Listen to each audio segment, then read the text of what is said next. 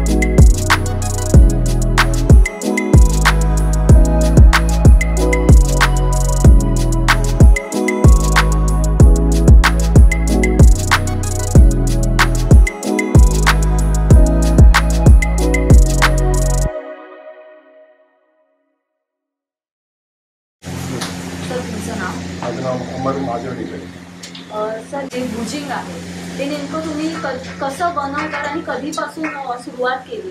हे माझे वडिलांचे मित्र होते। ते बरेच म्हणजे 70 वर्षापूर्वी त्याकडे वडिलांचे मित्र ते बनवायचे। मग ते वडील काय आम्ही वडिलांच्या मित्रांना त्यांनी चालू केलं। त्यांच्या वडिलांचा होता, मित्राच्या वडिलांचा। मित्रांच्या वडिलांचं एवढं हे नव्हतं। मग नंतर त्या वडिलांनी त्यांनी स्वतः मित्रांनी चालू केलं। मग मित्र सर्व हेल्प करायला जाईल।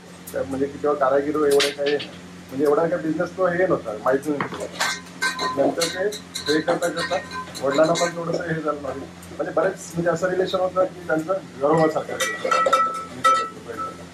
तर तिकडून ते आम्हाला ती हे मिळाली, रेसिपी मिळाली आणि ते आम्ही इकडे झाले 27 वर्ष झाली आम्ही चालू केलं इकडे।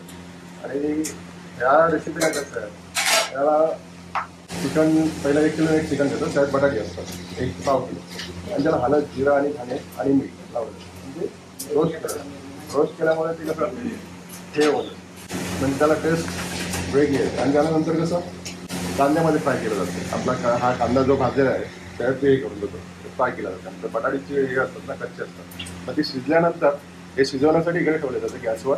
गॅसवरून शिजल्यानंतर मग हा मसाला जो सिक्रेट मसाला आहे आमचा, त्यात सर्व पदार्थ येतात, त्यामुळे ती जास्त चव त्याला येते। आणि ते कच्चे पोहे टाकले जातात, गॅसवर नाही, गॅस वाफेवर ते नरम होऊन म्हणजे ते हे त्याला मग ती सिक्रेट मसाल्यामुळे ती टेस्ट आहे। इकडचे जे कस्टमर असतात त्यांचे रिव्ह्यूज काय असतात भुजिंगबाबत? आता रिव्ह्यूज म्हणजे तुम्ही स्वतः वाचा, आम्ही स्वतः सांगणं म्हणजे बरोबर नाही ना। म्हणजे कसं जे आपल्या चाकण्यासाठी सांगतात ना, काही जण स्टार्टर्स तरीही जास्त डिश वापरली जाते।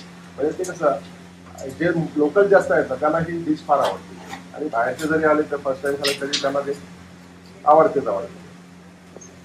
आणि इथे भुजिंगचे रेट कसे आहेत? रेट कसं असतो, कधी कधी चिकनचा रेट वाढला मग 20 रुपये असं तिकडे इकडे म्हणजे कमी पण होतो, कधी कधी जास्त पण वाढतो। आता 500 रुपये सध्या रेट आहे। अर्धा किलो कमीत कमी अर्धा किलो मिळते आपल्याला, अर्धा 1, 1.5, 2 असं असतं, पाव किलोचा हिशोब नाही। आणि इथे पार्सलची सुविधा आहे का उपलब्ध? पार्सल म्हणजे इकडूनच घेऊन जावं लागतं, होम डिलिव्हरी आम्ही नाही हे करतो।